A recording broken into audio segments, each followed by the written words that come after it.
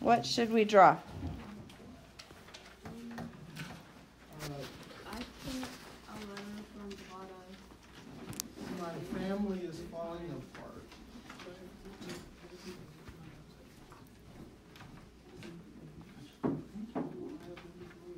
And then I put a basket. I drew a basketball. And a basketball.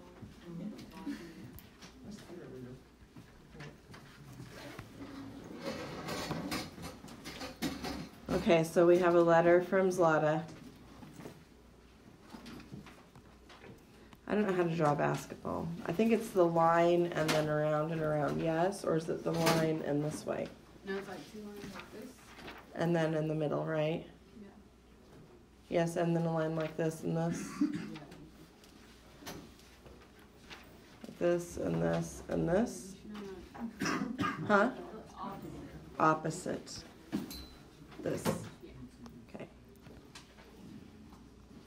That's my little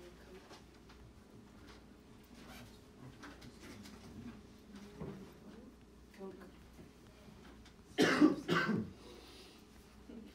Basketball for Bosnia. And I put a quote and it said, "We must learn to live together as brothers, learn to live together as fools." And I don't remember who said that. Martin Luther King. Oh, yeah.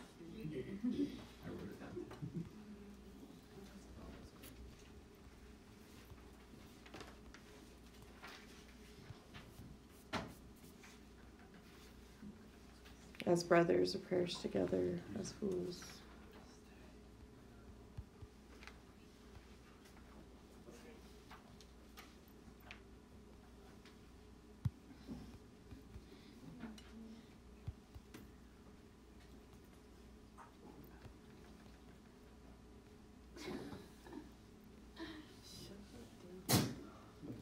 Bless you. Okay. The other thing I heard was my family is falling apart. Yes. So what I'll do is I think I'm going to do a picture.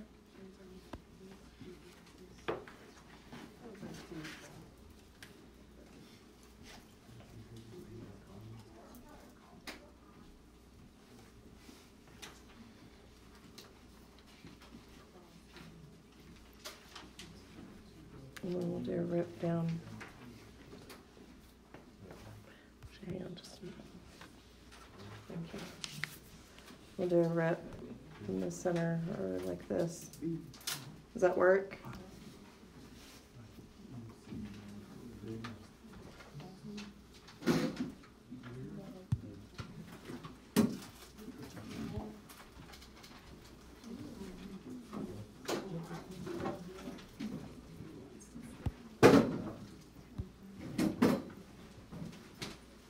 Was there anything else?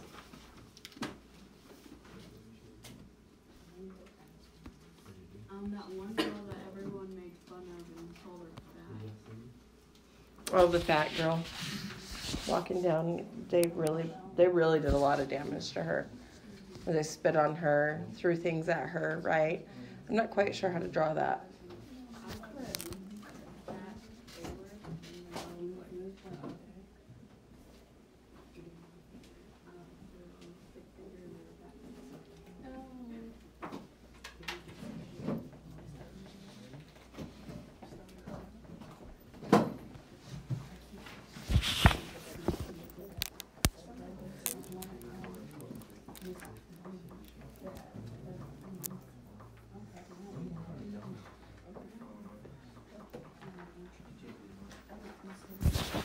I am more than fat. Does that work? Okay. All right, so that's pretty good. That gives us a good launch pad, right, into our reading. So we're on page 108. I am going to record this, and after I record this, I can upload it to YouTube, and because I have a YouTube channel for teaching.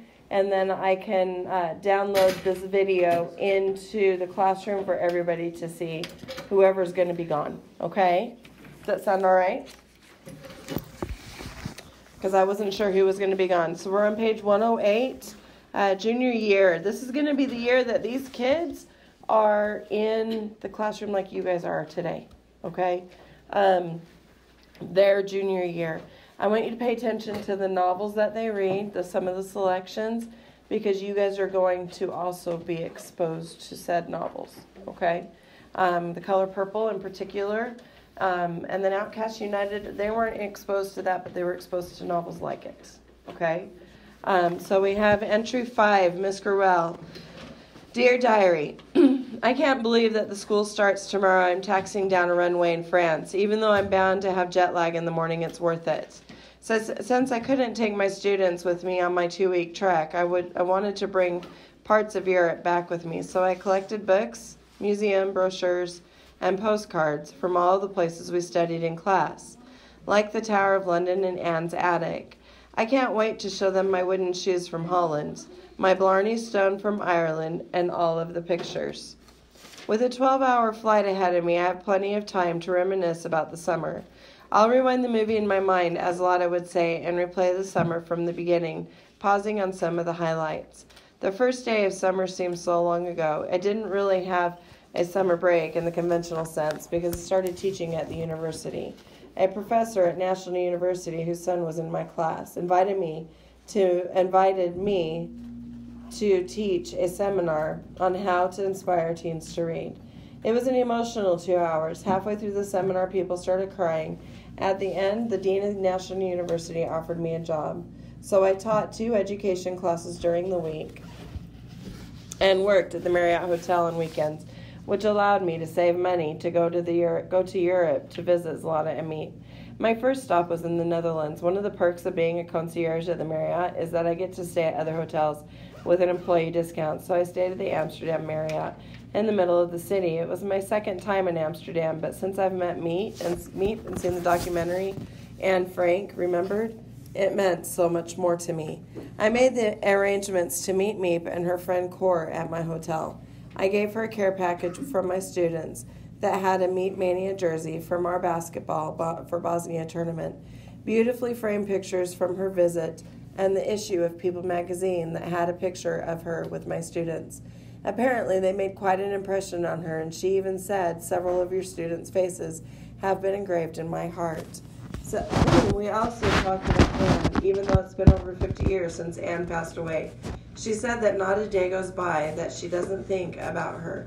As she described their special relationship, on all the sacrifices she made during their 2 years in hiding, I sat there in awe. She told me stories about riding her bike in the snow, miles in the snow just to dig up turnips, and about the time that Anne convinced her to spend the night in the attic. Not only was she generous, but she was also very courageous. She described how she stormed into Nazi headquarters and tried to bribe the Gestapo agents to let her friends go after they were captured. Hiding Jews was a crime punishable by death. So she was lucky that she wasn't killed. Although she couldn't save her friends, she did save Anne's precious diary. Now when millions of people think of the Holocaust, they think of Anne. What impressed me most was her humility. Despite all the accolades she received, she doesn't think of her actions as heroic or even out of the ordinary. She told me that what she hopes people will learn from her life is that every individual, even the ordinary housewife or secretary, can make a difference. I can't wait to share her simple philosophy with my students, that they too can make a difference like Anne and Zlata. Meep was so excited when I told her I was flying to Dublin to spend time with Zlata and her parents. She met Zlata a couple years ago on her book tour and said she had Anne's eyes. After I spent a few days in Amsterdam trying to see things through Anne's perspective, I flew to Ireland to visit Zlata and her parents. They had just returned from their summer vacation on the Croatian coast. It was the first time they had returned to the Balkans since they fled the war in the winter of '93. Mirna's parents missed her, so she planned to stay in Sarajevo this year to go to school. Zlata and Mirna were inseparable since they left Bosnia, so they're both going to have a hard time adjusting. Zlata said that so much has changed in Sarajevo since the war began. We spent a lot of time looking at family photos before the war broke out. The soccer field that once held the 1984 Olympics is now filled with tombstones. Even though the buildings are in process of being rebuilt, Zlata's parents feel like it will take a long time to rebuild relations. There is still a lot of animosity and racial tension. Although Zlata's book sheds light on the problems occurring in Bosnia, it wasn't until she left that she realized the magnitude of this war. We spent hours talking about politics, looking at photos, and making predictions about what will happen when the American soldiers leave. Even though Zlata is the same age as my student, she seems so much wiser. Sometimes she's very philosophical, and others she's a typical teenager. After we spent hours talking about politics over the traditional Bosnian meal, she wanted to take me shopping in Dublin and show off her adopted city. She took me to see a punk rock band, helped me pick out Doc Martens, and she and her friend Drog made a video for my students. We got so close on this visit that we all cried when I left. After leaving Dublin, I took a quick tour of London. But I couldn't wait to get to Paris to meet Zlata's cousin, Milika. Before moving to Ireland, Zlata and Mirna went to school with Milika in Paris. We met at the Eiffel Tower, and I instantly felt like I was meeting a part of my family. As with my time with Meep and Zlata, sightseeing was secondary to sharing stories and photographs and building relationships. Since this trip will really help bring world literature to life, I've got to think of a clever way to bring American literature to life.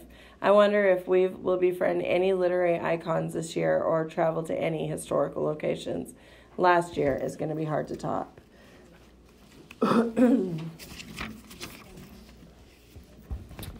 Diary 54. Dear Diary, when I was born, the doctor must have stamped National Spokesperson for the Plight of Black People on my forehead, a stamp visible only to my teachers. The majority of my teachers treat me as if I, and I alone, hold the answers to the mysterious creatures that African Americans are. Like, I'm the Rosetta Stone for Black people. It was like that until I transferred to Miss Gorell's class. Up until that point, it had always been, so Joyce, how do Black people feel about affirmative action? Poignant looks followed. Joyce, can you give us a Black perspective on the color purple? Maybe I'm just looking at this all wrong. Maybe I should feel complimented. I mean, I am being trusted to carry the weight of millions of people's voices, right? Wrong. I don't feel complimented. How the hell should I know what Black perspective is on affirmative action or the color purple? What is it? Magic? Black people read and poof, we miraculously come to the same conclusion. The only opinion I can give with some degree of certainty is my own.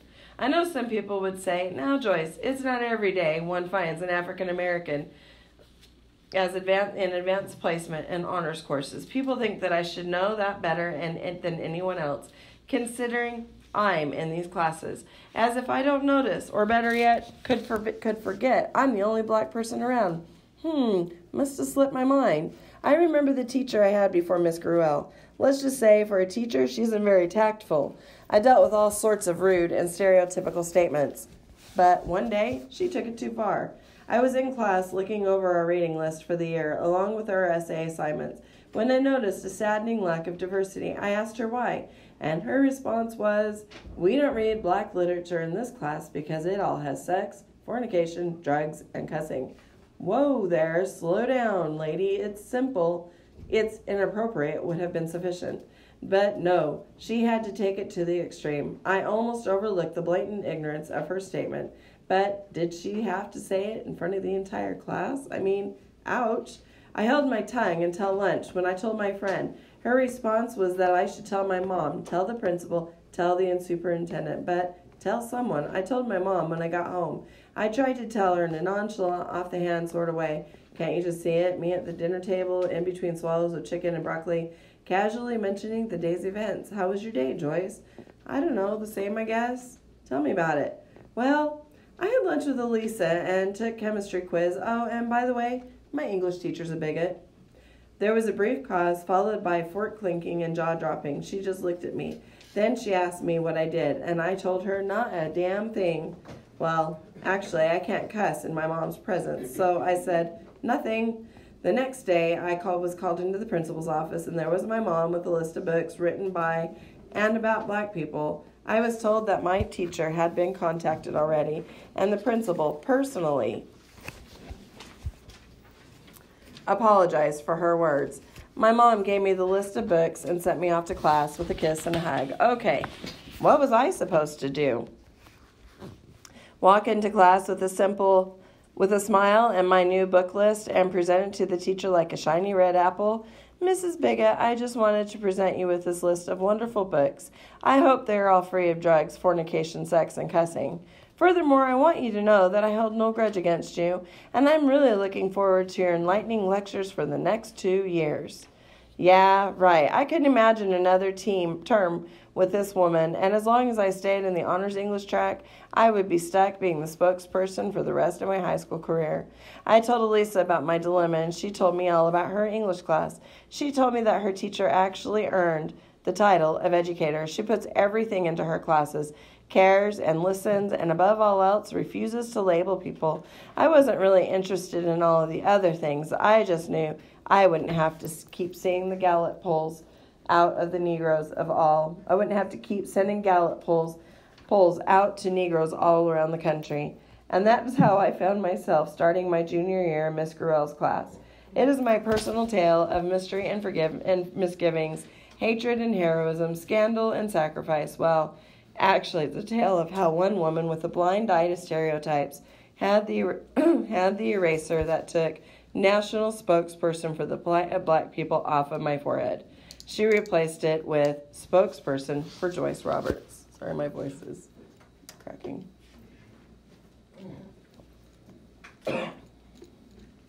Dear Diary, for the past month, we have been studying different American writers like Ralph Waldo Emerson and Henry David Thoreau. Emerson wrote about being self-reliant. He once wrote, who should be a man must be a nonconformist. Whoso should be a man must be a nonconformist. Our class is really intrigued by Emerson because Miss Grell is encouraging us to be independent thinkers and to question authority. I'm amazed at how much his philosophy applies to me. For the past 4 years, I have blamed myself for something I couldn't control. It was just one of those unexpected tragedies that just smacked me over the head as soon as I turned around. I constantly blamed myself for the death of my grandmother. I was only 12 years old when my grandmother died from severe burns that were allegedly inflicted upon her by my father. She was burnt from head to toe. Allegedly, my father had poured kerosene on her and lit the kitchen stove. She caught on fire immediately. When I saw her, she had blisters all over her body. All of her hair was burned off. Her skin was black and was peeling off. She had tears running down her cheeks, and I could smell her raw, burnt flesh. I felt like my heart was about to burst and my stomach was going to erupt at any moment because I had a feeling she was going to die. The thought of losing the 2 people I loved most in this world made me feel dead inside. The helicopter came and took her to another hospital. My aunt and I stood there until the helicopter disappeared. I felt so weak and I could hardly stand. I looked at my aunt. She was shaking. I didn't want to go home. I knew that eventually I would have to face my dad. As I approached my dad's house, I saw a scene that looked like an angry mob was ready to strike at any time. I could see my dad standing in the window with a machete in his hand. I hated him. He made me tremble with fear because I knew he had tried to kill my grandmother. The crowd was yelling at him and he was yelling back. Finally, the police came and knocked on the door. I stood there trying to move so my dad wouldn't see me, but my feet had control and they wouldn't let me move. Tears were running down my cheeks. I watched as they handcuffed my father, read him his rights, and put him in the back of the police car. I watched as the car drove out of sight. I knew that then and there that my life would change forever. I looked around at everyone, trying to hide the embarrassment that was already written on my face. Why did he do it? What made him go crazy? I asked myself, I had so many questions, but no one could answer them. I don't even think my dad could answer them. He had threatened to kill me, but he had killed my grandmother instead. After the death of my grandmother, I couldn't look anywhere except down. Whenever I walked, the ground was all I saw. Family members constantly reminded me about my grandmother's death. I looked for ways to stop the hurt and constantly asked myself questions like, how could my dad do something like that? How could he leave me with the guilt? I wondered what he was thinking. Is he thinking about me? My dad spent only 3 months in jail. Sometimes I get so confused that I'm not even sure if he actually did kill my grandma. Maybe it's just too hard for me to accept the fact because he's my father. When Emerson ended his essay with, "It's to be great is to be misunderstood," it made me think about how many people have always misunderstood me. No one really understood what I was feeling. They were so caught up in what they thought about me that they didn't really care. It really bothered me that they didn't even try to understand me. Deep down inside, I was just a scared little girl who was simply misunderstood. Maybe it's not so bad to be misunderstood. Now it's time for me to learn to hold my ground and be self-reliant. Diary 56. Dear Diary, a carton of milk was thrown. Someone shouted, "F niggers." A big crowd formed and a fight began. There were people punching other people, and there were people throwing things at each other. It must have lasted for about 3 minutes, although it seemed like 3 hours.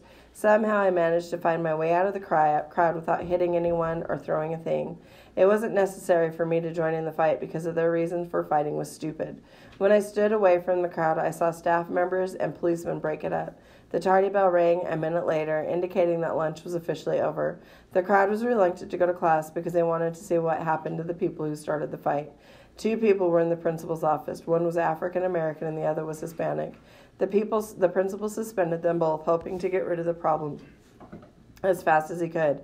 But his decision made the problem worse. Friends of both races now held grudges against each other. Give me just a moment.